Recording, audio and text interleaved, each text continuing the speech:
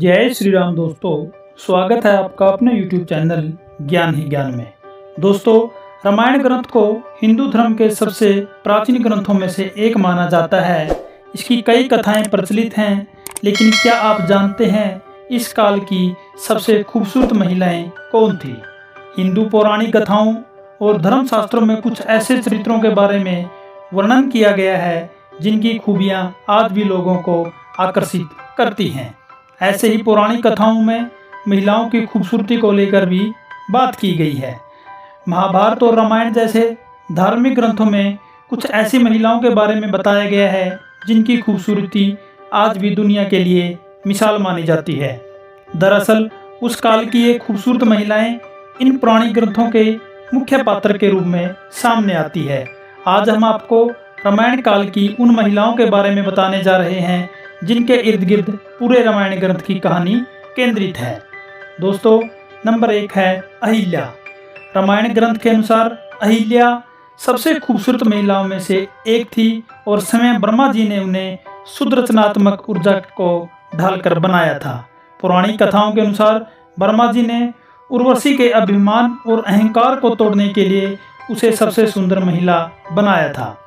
उनकी सुंदरता ऐसी थी कि देवराज इंद्र उनकी खूबसूरती पर मोहित हो गए और उन्हें अहिल्या के पति के ऋषि गौतम का रूप धारण करके छल से उसे पाने की कोशिश की।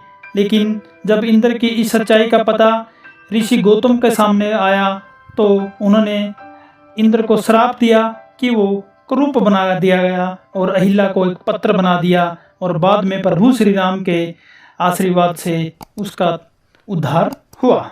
दोस्तों, नंबर 2 है सीता। माता सीता की छवि से भला कौन अनजान है। रामायण काल में माता सीता को सबसे खूबसूरत महिलाओं में से एक माना जाता है। माता सीता लक्ष्मी का अवतार थी और प्रभु श्री राम की पत्नी थी, जिन्हें विष्णु का अवतार माना जाता है। माता सीता की खूबसूरती इतनी ज़्यादा थी कि रावण ने उसका अपहरण कर लिया था और अपने पास कैद करके रखा था। माता सीता की खूबसूरती की बातें आज भी होती हैं। दोस्तों, नंबर 3 है मंदोदरी। रामायण में वर्णित सीता माता के मनमोहक सौंदर्य की तुलना में अगर कोई महिला थी तो वह थी मंदोदरी। वह राक्षस के स्वामी रावण की पत्नी थी। उसकी सुंदरता दानव जाति की किसी भी अन्य महिलाओं से बेजोड़ थी और उस काल में सबसे खूबसूरत महिलाओं में से एक थी, इसलिए रावण ने उसे अपनी पटनारी बनाया था। दोस्तों, नंबर 4 पर है कैकेयी। कैकेयी को भी रामायण काल की सबसे खूबसूरत महिलाओं में से एक की उपाधि मिली थी। वो राजा दशरथ की 3 पत्नियों में से सबसे छोटी थी। उसकी खुशहाली और हुनर को देखकर अयोध्या के महाराजा प्रभु श्री राम के पिता दशरथ ने उन्हें अपनी पत्नी बनाया था। देवासुर संग्राम में कैकेयी ने दशरथ की राक्षसों से रक्षा की थी। तब महाराजा ने उसे 3 वचन मांगने को कहा था।